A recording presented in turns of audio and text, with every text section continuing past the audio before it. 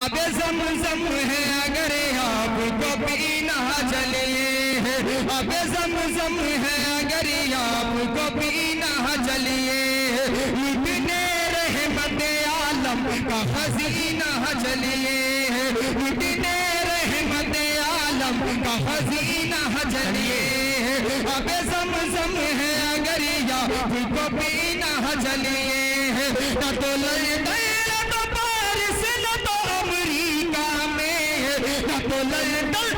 پارس نہ تو امریکہ میں، نہ تو لندن نہ تو پارس نہ تو امریکہ میں، دیکھنی خود اگر ہے تو مدینہ چلیے،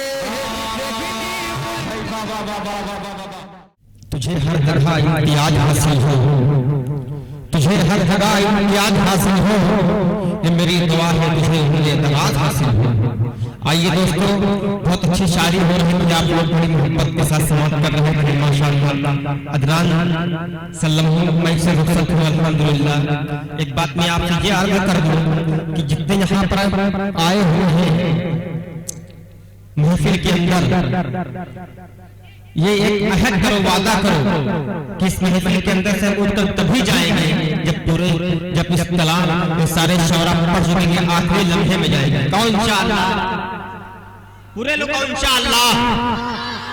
اب میں آپ کو ایک بات بتاتا ہوں کہ اس محفل سے جو سچا نبی کا عاشق ہوگا وہ اس محفل کو چھوڑ کر نہیں جائے گا۔ میری بات سمجھ میں آ رہی ہے؟ جو سچا نبی کا عاشق ہوگا اس محفل میں اٹھ کر نہیں جائے گا۔ تو پورے شاعروں کو جتنے شاعر یہاں پر تشریف لائے ہوئے ہیں اس سب کے شاعروں کو کلام سن کر تب گھر جائے گا انشاءاللہ۔ یہ عہد کرو، انشاءاللہ آپ ہی کا فائدہ ہوگا۔ اللہ رب العزت، میں اس لیے کہہ رہا ہوں یعنی کہ کل اور میری آپ کی یا میری صبح ہو یا نہ ہوئی، الحمدللہ تو قبر کے اندر صبح ہوگی۔ تو بہرحال اس محفل کے اندر بیٹھنے والے انسان کے اللہ رب العزت نے وعدہ کیا ہے بخشش کا۔ اگر ہم لوگ آج بیٹھ گئے، آج ایک رات پھر نبی کے نام کر دیجئے کہ نبی کی تعریف اور توصیف سنیں گے، اللہ کی کبریائی بیان سنیں گے، تو ہو سکتا ہے اگر ہماری اس کے بعد پروگرام کے جانے کے بعد ہماری آپ کی آنکھیں نہ کھلی تو ہو سکتا ہے جنت میں آنکھیں ہے کہ نہیں، جنت کی ہوائیں آئیں گی، جنت کی کھڑکیاں کھول دی جائیں گی۔ وہ یہ ہے فرشتے ہو سکتا ہے اللہ رب العزت بنا حساب و کتاب کی جنت میں داخل کر دے، کہ اس لیے کہ اللہ کے رسول پیارے حبیب کی محفل میں ہم لوگ بیٹھے ہوئے تھے، ان کی باتوں کو سن رہے تھے، ان کی باتوں پر عمل کرنے کا عہد کیا تھا، تو صبح ہماری نہیں ہوئی، اس وجہ سے ہماری صبح ہماری قبر کے اندر ہوئی ہے۔ اللہ تعالیٰ ہم سب کو کہنے سننے سے زیادہ باتیں ہوں، کہنے سننے سے زیادہ عمل کرنے کی توفیق نصیب فرمائے۔ آئیے دوستو، اس محفل کے اندر کہ ہر جلسہ کسی کانفرنس کے اندر کسی نہ کسی عظیم شخصیت کی زیر صدارت میں ہوا کرتی ہیں، تو اسی طرح آپ کے اندر ہم سب کی رہنمائی کرتے ہوئے زیر سیادیات کی آج کے مشاعرے کی جو زیر صدر محترم عالی جناب حضرت مولانا محمد انس صاحب نبی پہتے پور تشریف لائے ہوئے ہیں۔ آج کا یہ پروگرام حضرت کی صدارت میں کامیاب ہوگا انشاءاللہ، اور انہی کی صدارت میں آج کا یہ پروگرام آگے کا کارواں طے کرے گا۔ اس وقت ہم حضرت سے گزارش کر رہے ہیں کہ حضرت تشریف لائیں اور کچھ قیمتی باتوں سے اور صدارت خطبہ سے سامعین کو نوازیں۔ بسم الله الرحمن الرحيم الحمد لله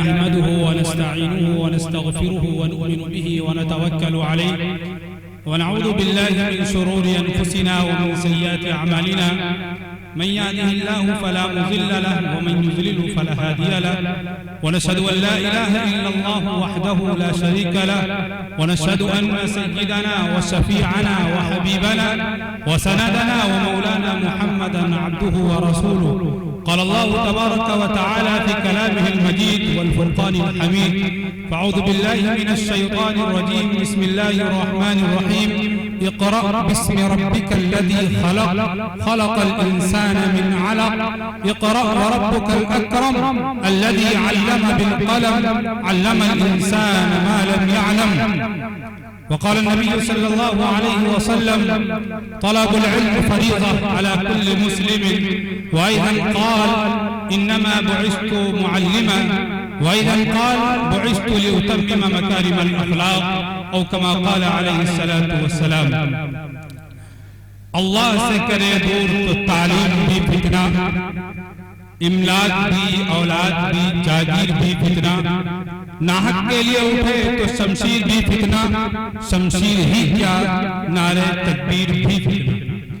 عزیز ساتھیوں، بزرگوں اور ایمانی بھائیوں، آج جلسہ سیرت النبی اور اصلاح معاشرہ کے عنوان سے اس جلسے کا انعقاد ہو رہا ہے، جس میں خصوصی خطاب مولانا سلمان صاحب لکی پوری صاحب کا ہوگا، اور پھر اس کے بعد شعراء کرام کی ایک طویل فہرست ہے. انشاءاللہ آپ ان کے کلام کو سماعت فرمائیں گے، لیکن اس چیز کا خیال رکھنا ضروری ہے کہ جلسے کا جو مقصد ہے وہ مقصد کہیں فوت نہ ہو جائے. جلسے کا مقصد ہے انسان بنانا، اور اس کا مقصد ہے دین کی باتیں پہنچانا اور دین پر عمل کرنا. بسا اوقات ایسا ہوتا ہے بڑی اچھی اچھی باتیں پروگرام میں کہی آتی ہیں، بہت اچھے اچھے اشعار پیش کیے جاتے ہیں اور داد بھی دی جاتی ہے، لیکن صبح جب فجر کی اذان ہوتی ہے، مؤذن الصلاۃ خیر من النوم کی صدائیں لگاتا ہے، مؤذن حی علی الصلاۃ حی علی الفلاح کی صدائیں بلند کرتا ہے، اور وہ کہتا ہے کہ آؤ کامیابی کی طرف، مؤذن کہتا ہے آؤ نماز کی طرف، تو ظاہر ہے ایک صف مکمل بھی نہیں ہو پاتی. اور جب ایسے پروگرام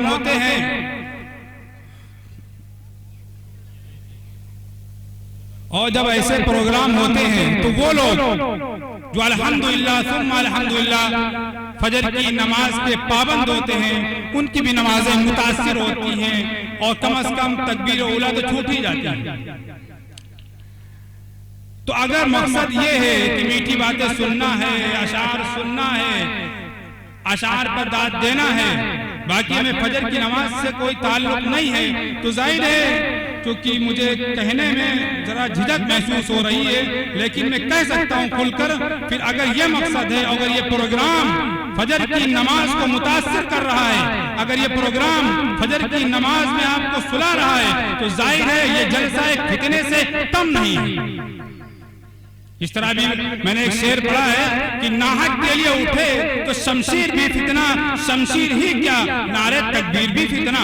نعرہ تکبیر تو فتنہ ہو نہیں سکتا، لیکن کیوں جب بے محل بے موقع جب فتنہ نعرہ تکبیر بلند کی جائے گا تو ظاہر ہے وہ فتنہ ہوگا، کیونکہ کہیں کہیں نعرہ تکبیر نہ لگانا چاہیے. ممکن ہے کہ دوسرے مذاہب کے لوگوں کو تکلیف ہو، لیکن وہاں پر اگر لگایا جا رہا تو ظاہر ہے فتنہ ہوگا. اس اشعار کا دوسرا رخ ہے، لیکن بتانا یہ ہے کہ اگر اس جلسے کا مقصد صرف سننا ہے اور پھر جا کر فجر کو گول کر دینا ہے تو ظاہر ہے پھر جلسے کا کوئی مقصد نہیں. اس لیے یہاں بیٹھے ہوئے ہیں، اور یہ جلسہ چونکہ سیرت النبی اور حضور اکرم صلی اللہ علیہ وسلم کی سیرت اور آپ کی شان اقدس میں اشعار پیش کرنے کے لیے اور اشعار سننے کے لیے یہ جلسے کا انعقاد کیا گیا. ظاہر ہے اس میں کوئی شک نہیں ہے کہ وہ بہت ہی بابرکت جلسہ اور بہت ہی بابرکت یہ پروگرام ہے. ایسے ہی پروگرام کے لیے فرمایا گیا کہ فرشتے تم کو گھیرے ہوئے ہیں، اللہ کی رحمتیں نازل ہو رہی ہیں اور تم کو گھیرے ہوئے ہیں. اس لیے میرے عزیز ساتھیوں یہ نیت کریں دل میں کہ پروگرام جب بھی ختم ہوگا انشاءاللہ فجر کی نماز متاثر نہیں ہوگی.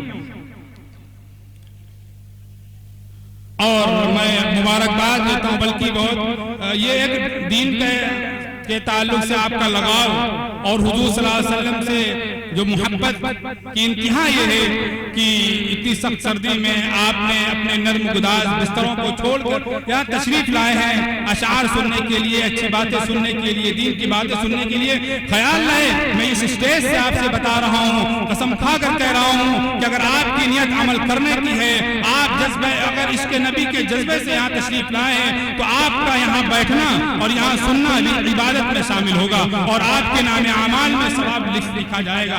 اس لیے یہاں جیسے کہ ابھی ناظم صاحب نے کہا کہ جب تک مشاعرہ چلتا رہے آپ یہاں تشریف رکھیں تاکہ آپ ان کو داد دیتے رہیں۔ میں آپ کو بتاؤں کہ اشعار کا پڑھنا یہ بھی سنت ہے، اور اشعار جو حضور اکرم صلی اللہ علیہ وسلم کی شان اقدس میں پڑھے جائیں ان پر داد دینا یہ بھی ایک سنت ہے۔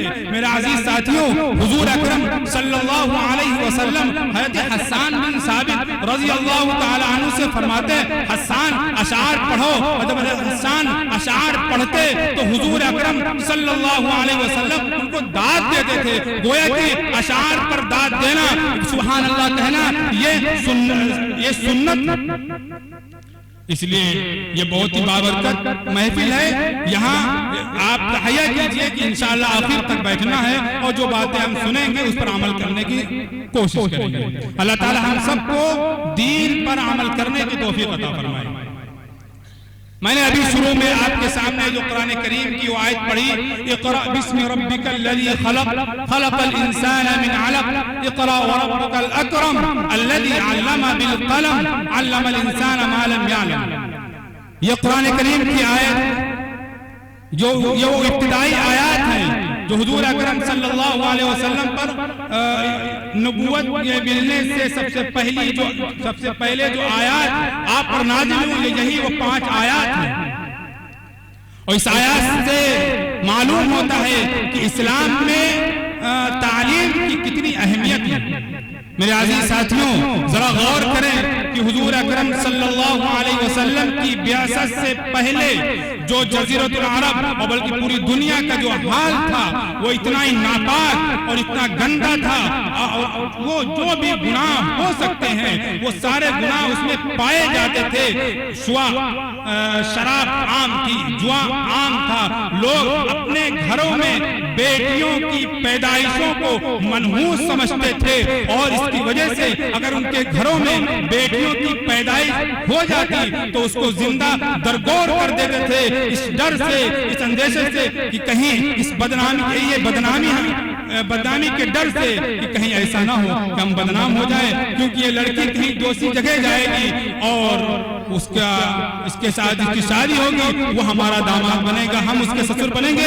اس بدنامی اس کے ڈر سے اپنی بچیوں کو زندہ زمین میں دفن کر دیا کرتے تھے۔ یہ ایک طرف بیماری تھی۔ دوسری طرف جو بیماریاں تھیں وہ بہت ہی چوری ہے، ڈکیتی ہے، کسی کا حق مارنا ہے، ظلم کرنا ہے، زیادتی کرنا ہے، جو بھی برائی ہو سکتی تھی وہ ساری برائیاں پائی جاتی تھی۔ چونکہ حضرت عیسیٰ علیہ السلام کے بعد اور حضور اکرم صلی اللہ علیہ وسلم کے درمیان کا جو وقفہ ہے اس میں کوئی نبی نہیں آیا ہے، ظاہر ہے برائیاں ہو رہی تھی، کھلے عام ہو رہی تھی، ناچ گانا شراب کباب سب کچھ عام تھا۔ ایسے حالات تھے کہ اس وقت کوئی حکمرانی کے لیے تیار نہیں تھا۔ ظاہر ہے ایسے حالات میں اگر اس وقت کے مفکرین سے، اس وقت کے جو دانشور جو طبقہ تھا اس سے یہ پوچھا جاتا کہ بتاؤ ایک نبی آنے والا ہے جو اسی جزیرۃ العرب میں اسے مبعوث کیا جائے گا، بتاؤ وہ سب سے پہلی تعلیم امت کو کیا دے گا، اس قوم کو کیا دے گا؟ تو ظاہر ہے ہر شخص یہی بات کہتا کہ یہ جو نبی آنے والا ہے وہ آئے گا تو چوری پر پابندی لگائے گا۔ کوئی کہتا کہ یہ جو نبی آ رہا ہے، یہ جو لڑکیوں کو زندہ درگور کیا جا رہا ہے اس پر پابندی لگائے گا۔ کوئی کہتا کہ یہ جو شراب کباب جوا بازی جو چل رہی ہے جو نبی آئے گا اس پر پابندی لگائے گا۔ ظاہر ہے مختلف قسم کی برائیاں پائی جا رہی تھی، تو ظاہر ہے ان برائیوں کو ختم کرنے کے لیے نبی آئے گا۔ جو نبی جو آئے گا تو سب سے پہلے جو اس کی تعلیم ہوگی وہ یہی ہوگی کہ شراب چھوڑ دو، جوا چھوڑ دو، لڑکیوں کو زندہ درگور مت کیا کرو، زیادتی مت کیا کرو، عورتوں پر ظلم مت کیا کرو۔ ظاہر ہے سب سے پہلا خطاب جو ہوگا امت کے سامنے وہ یہی ہوگا۔ جو سب سے پہلی وحی نازل ہوگی وہ انہی برائیوں کو ختم کرنے کے لیے ہوگی۔ لیکن سب سے پہلی جو وحی نازل ہوئی وہ اقرأ باسم ربک الذی خلق خلق الانسان من علق کے نام سے، کہ پڑھو اپنے پروردگار کے نام سے جس نے تمہیں پیدا کیا۔ اب ظاہر ہے اتنی برائیاں عام تھی، اتنی برائیاں عام تھی، لیکن جو اوپر سے جو حکم ہو رہا ہے سب سے پہلی وہی، سب سے پہلا حکم جو شروع ہو رہا ہے وہ تعلیم کے ذریعے سے شروع ہو رہا ہے۔ پتہ یہ چلا معاشرے کی اصلاح اسی وقت ہو سکتی ہے جب معاشرہ پڑھا لکھا ہوگا۔ پتہ یہ چلا کہ اگر تعلیم ہوگی، اگر کوئی شخص تعلیم یافتہ ہوگا، اس کی اچھی تربیت ہوگی تو وہ شراب نہیں پیے گا۔ اگر کوئی شخص پڑھا لکھا ہوگا، اس کی اچھی تربیت ہوگی تو وہ عورتوں پر ظلم نہیں کرے گا۔ اگر کوئی شخص پڑھا لکھا ہوگا، اس کی اچھی تربیت ہوگی تو اس کا معاشرہ اچھا ہوگا۔ لیکن اگر کسی کی تعلیم نہیں ہے، کسی کے پاس تعلیم نہیں ہے، اس کے گھروں میں تعلیم نہیں ہے تو ظاہر ہے اس کا معاشرہ برباد ہوگا، اس کا جو اخلاقی جو معیار ہوگا وہ برباد ہوگا۔ اس آیت نے یہ چیز بتا دی ہم کو کہ اگر تعلیم ہے تو برائیوں کو ختم کیا جا سکتا ہے، اگر تعلیم نہیں ہے تو برائیاں ختم نہیں ہوں گی بلکہ مزید بڑھنے کا اندیشہ ہے۔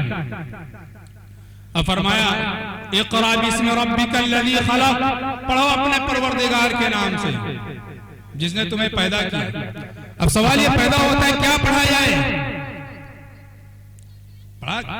فرمایا کہ اللہ کی خلاقیت کو پڑھیے، سائنس پڑھیے، جو علوم ہیں، جو نفع بخش ہیں، جو کفر و شرک پر مبنی نہیں ہیں، وہ ان علوم کو حاصل کیجیے۔ اور جب ان علوم کو حاصل کریں گے تو اللہ کی قدرت کو، اللہ کی کاریگری کو دیکھیں گے۔ آپ سائنس بھی پڑھیں گے یا آپ ڈاکٹری لائن میں بھی جائیں گے تو وہاں بھی اللہ کی قدرت کے نظارے آپ کو ملیں گے۔ سنريهم آياتنا في الآفاق وفي أنفسهم حتى يتبين لهم أنه الحق، ہم ان کو دکھائیں گے آفاق میں نشانیاں، اور خود اس کے اندر انسان اگر اپنے آپ میں غور کرے تو اس کے اندر بھی اللہ کی خلاقیت کو، اللہ کی کاریگری نظر آئے گی۔ اور آفاق میں تو اس کو نظر آ ہی رہی ہے، یہ چاند ہے، یہ سورج ہے، یہ ستارے ہیں، یہ بڑے بڑے سیارے ہیں، یہ جو فضا ہے، اور یہ جو سیارے ہیں، اور ان سیاروں میں جو دکھ رہے ہیں وہ سیارے، اور جو نہیں دکھ رہے ہیں وہ سیارے، آج اس کی مکمل تحقیق چل رہی ہے۔ تو ظاہر ہے جب وہ پڑھے گا ان تمام علوم کو تو وہ سمجھے گا اور اللہ کی کاریگری کو دیکھے گا۔ لوگوں نے جو قسمیں کی ہیں علم کی، کہ علم کی دو قسمیں ہیں، ایک علم وہ ہے جو دنیاوی علم کہلاتا ہے، ایک علم وہ ہے جو اخروی علم کہلاتا ہے۔ یہ تقسیم غلط ہے۔ علم صرف دو طرح کی ہے، علم نافع اور علم زار۔ ایک وہ علم جو تمہیں نفع پہنچائے، جو نفع پہنچانے والا ہو، ایک وہ علم ہے، اور دوسرا وہ علم ہے جو تمہیں نقصان اگر پہنچا سکتا ہے، بس اس کے علاوہ کوئی نہیں ہے۔ یہ دنیاوی اور اخروی نہیں ہے۔ اب جتنے بھی علوم ہیں ان سب کو حاصل کرنا، ان کو اگر حاصل کریں گے تو اس میں اللہ رب العزت کی قدرت کے کرشمے آپ کو نظر آئیں گے۔ اگر سائنس کو آپ دینی تعلیم نہیں کہو گے، اگر سائنس کو آپ دنیاوی تعلیم کہہ کے ٹال دیں گے، میڈیکل سائنس ہو وغیرہ وغیرہ جو تعلیمات ہیں، جو علوم ہیں، ان کو آپ یہ کہہ کے ٹال دیں گے کہ یہ دنیاوی تعلیم ہے، تو ظاہر ہے پھر اللہ کی خلاقیت، اللہ کی کاریگری کو آپ صحیح طور پر آپ نہیں جان سکتے، نہیں پہچان سکتے۔ لہذا اس وقت موجودہ دور میں، جس دور میں ہم جی رہے ہیں، اور بہت سے حالات کا ہمیں سامنا ہے، ایسے حالات میں امت مسلمہ کے ہر فرد پر ضروری ہے، بلکہ یہ وقت کی ضرورت ہے کہ عصری تعلیم سے آشنا ہو، عصری تعلیم کو سیکھے۔ ظاہر ہے جب بچہ پڑھائی لکھائی شروع کرے گا تو 3 بنیادی چیزیں ہوتی ہیں. نمبر 1 لکھنا، نمبر 2 پڑھنا، نمبر 3 حساب. یہ 3 چیزیں ہیں جن کے ذریعے وہ آگے بڑھتا ہے. جب وہ آگے بڑھے گا تو اس کو اور چیزیں ملتی نظر آئیں گی. لیکن یہ بات یاد رہے، میں اسی ضمن میں آپ کو یہ بات بتا دوں کہ جتنے سارے علوم ہیں وہ سارے علوم اللہ رب العزت نے انبیاء کرام کو دیے اور انبیاء کرام کے ذریعے ہم تک پہنچے. اس میں سر فہرست حضرت آدم علیہ السلام ہے. اور جہاں تک لکڑی کا تعلق ہے، ایک لکڑی ہے، اس لکڑی کو ایک میز اور کرسی کیسے بنائی جائے گی، اس لکڑی سے لے کر وہ ایک بڑے بڑی کشتیاں لکڑی کی کیسے بنائی جائیں گی، یہ جو کس طرح تیار کی جائیں گی، کس طرح بنائی جائیں گی، یہ جو علم ہے ہمیں حضرت نوح علیہ السلام سے ملا. زمین میں لوہا ہے، اس لوہے کی کان ہے، اس کو نکالنا اور اس کو پگھلانا اور اس کو سانچے میں ڈالنا اور پھر اس سے پلیٹ اور پیالی سے لے کر اور بڑے بڑے اور تلواریں اور دیگر آلات وغیرہ بنانا، یہ جو عمل ہے یہ حضرت داؤد علیہ السلام سے ملا ہمیں. اور تمدنی زندگی میں آ جائیے، بڑے بڑے محلات، شیشے کے محلات بنوانا، یہ ایسے ایسے محلات شیشے کے کہ اگر کوئی ان محلات کو دیکھے تو ایسا لگے کہ پانی کی لہریں بہ رہی ہیں. در حقیقت پانی نہیں ہوتا، وہ صاف و شفاف شیشے کا محل ہوتا ہے جس پر انسان چلتا ہے. ملکہ بلقیس جب حضرت سلیمان کے دربار میں آئی تو چونکہ زبردست محل تھا، عالیشان محل تھا، تو ملکہ بلقیس نے یہ سوچ کر کہ کہیں یہ پانی تو نہیں ہے، اپنے پائچوں کو چڑھا لیتی ہیں. سلیمان علیہ السلام عرض کرتے ہیں کہ نہیں، یہ اتنا شیشے کا محل بنا ہوا ہے. تو ظاہر ہے تمدنی جو تعمیری کام ہے وہ ہمیں حضرت سلیمان علیہ السلام سے ملا.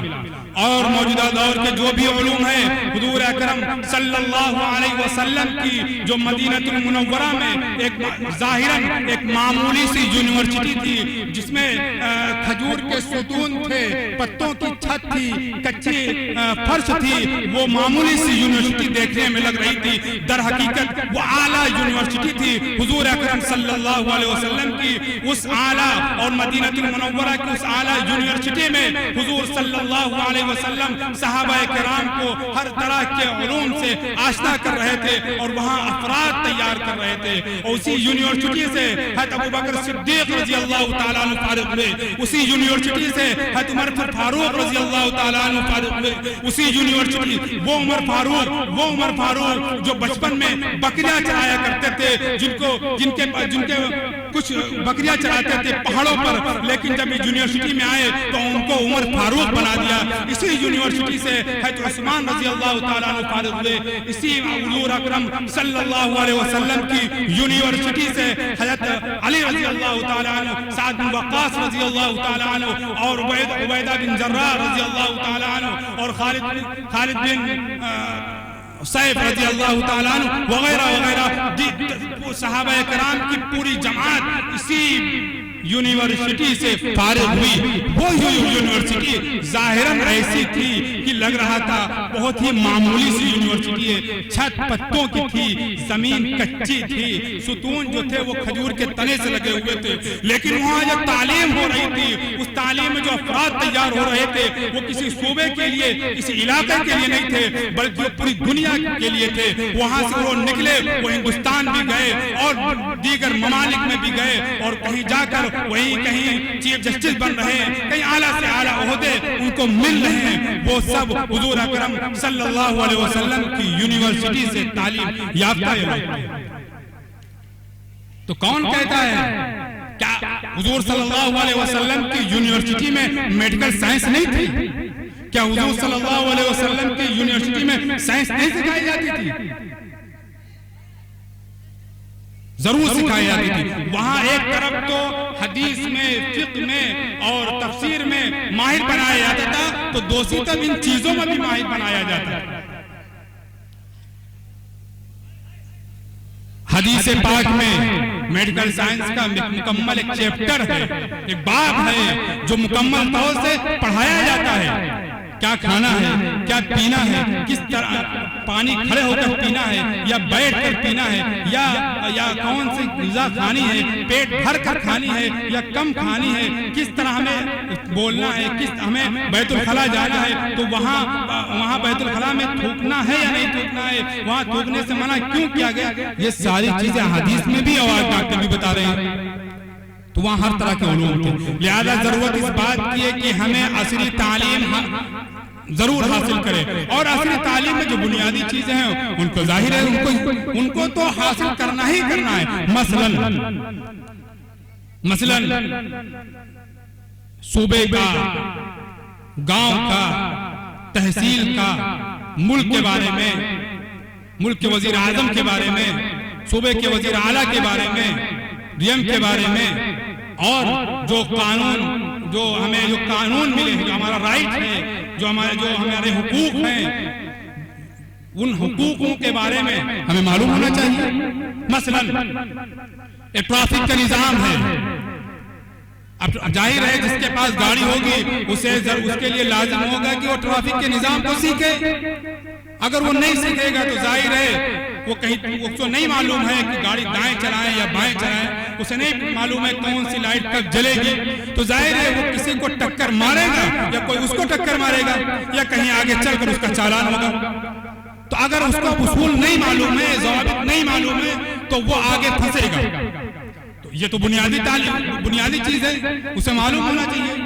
اسی طرح آج کل کے درندے صفت انسان، حیوان قسم کے لوگ جو موب لنچنگ کے ذریعے لوگوں کو ڈرانے کی کوشش کرتے ہیں، مارنے کی کوشش کرتے ہیں، تو ظاہر ہمیں یہ چیز معلوم ہونا چاہیے کہ ہمارا جو قانون ہے، ہمارا جو آئین ہے، ہمارا جو دستور ہے، ہمیں اس بات کی مکمل اجازت دیتا ہے کہ اگر آپ کے پاس کوئی ایسا شخص آ رہا ہے جو آپ کی جان کے پیچھے پڑا ہوا ہے، آپ کے مال کے پیچھے پڑا ہوا ہے، تو ظاہر ہے یہ آپ کا رائٹ ہے کہ آپ دفاعی طور پر اس سے مقابلہ کریں، آپ دفاعی طور پر اس کی طرف سے جو حملے ہو رہے ہیں اس کو روکیں. ظاہر ہے یہ بات معلوم ہونی چاہیے. اسی طرح جو اسکولوں میں جو تعلیم پڑھائی جاتی ہے، زمین کی سائنس ہے، پانی کی سائنس وغیرہ وغیرہ، ان تمام بنیادی چیزوں کا سیکھنا اس وقت کی ضرورت ہے. لوگ سمجھتے نہیں ہیں، لوگ سمجھتے ہیں کہ ہمارا بیٹا بڑا ہو گیا ہے، اس کو سعودی بھیج دیا جائے، دبئی بھیج دیا جائے، کمائی آنی چاہیے. تو آپ اپنے بیٹے کو کیا سمجھتے ہیں؟ ایک انسان سمجھتے ہیں یا پیسے کمانے والی مشین سمجھتے ہیں؟ ارے کم از کم اس کو اتنا حق پڑھا دو کہ کم از کم وہ دنیاوی زندگی میں اگر کوئی مسئلہ پیش آ جائے تو کم از کم خود حل کر سکے، چھوٹے چھوٹے مسائل تو حل کر سکے. لیکن آج ہم اتنی بھی تعلیم نہیں دے رہے ہیں. کیا ہو گیا مسلمانوں کو؟ جس امت کو، اس امت محمدیہ کو جو سب سے پہلی جو تعلیم دی گئی وہ اقرا بسم ربک الذی کے ذریعے سب سے پہلا سبق دیا گیا، آج وہ تعلیم میں کیوں اس نے پیچھے، اور خصوصاً ہمارے ملک ہندوستان میں کیوں پیچھے؟ ہم کالج میں جائیں، یونیورسٹیوں میں جائیں، وہاں دیکھتے ہیں کہ ہمارے دوسرے بھائی اعلیٰ سے اعلیٰ تعلیم حاصل کر رہے ہیں، اعلیٰ سے اعلیٰ ڈگری حاصل کرنے کی کوشش کر رہے ہیں، لیکن ہمارا یہ حال ہے کہ ہم بہت ہی خاموش ہیں. کیا ہو گیا ہم کو؟ ہم کیوں نہیں سمجھتے ہیں؟ جو حالات ہیں ایسے حالات میں ہمیں سمجھنا چاہیے. ایسے حالات میں ہمارے لیے ضروری ہے کہ جو بنیادی چیزیں ہیں ان چیزوں کا علم ہم اپنے پاس رکھیں. تو یہ ساری وہ سائنس ہے. دوسری طرف اللہ رب العزت کی جانب سے انبیاء کرام کو دی جانے والی وہ سائنس، کیسے بولنا ہے، کیسے دیکھنا ہے، کیسے سوچنا ہے، ہمارا عقیدہ کیا ہونا چاہیے، ہماری عبادت کیسی ہو، ہم نماز کیسے پڑھیں، روزہ کیسے رکھیں، اگر اللہ نے مال دیا ہے تو حج کیسے کریں، ہمارے معاملات یعنی لین دین جو ہوتا ہے، جو کاروبار ہوتا ہے وہ کیسے ہو، ان تمام چیزوں کا علم ہے. اور ان تمام چیزوں کے بارے میں حضور اکرم صلی اللہ علیہ وسلم جو ایک ٹیچر کی حیثیت سے دنیا میں مبعوث کیے گئے، انما بعثت معلما، معلم کی حیثیت سے بھیجے گئے، انہوں نے ساری چیزیں بتائی. تو ایک وہ سائنس ہے جو ابھی میں بتائی کہ عصری تعلیم میں کیا کیا سیکھنا ہے، جو آگے مشکلات پیدا نہ کریں.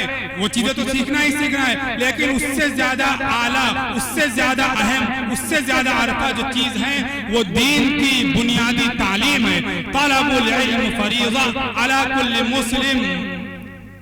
حضور اکرم صلی اللہ علیہ وسلم نے فرمایا کہ اے لوگوں، جو میں علم لے کر آیا ہوں وہ ہر مسلمان پر، خواہ وہ مرد ہو یا عورت ہو، جوان ہو یا بوڑھا ہو، امیر ہو یا غریب ہو، سب پر فرض ہے. جس طرح نماز فرض ہے، روزہ فرض ہے، زکوٰۃ فرض ہے، اسی طرح دین کی بنیادی باتیں امت مسلمہ کے ہر فرد پر فرض ہیں.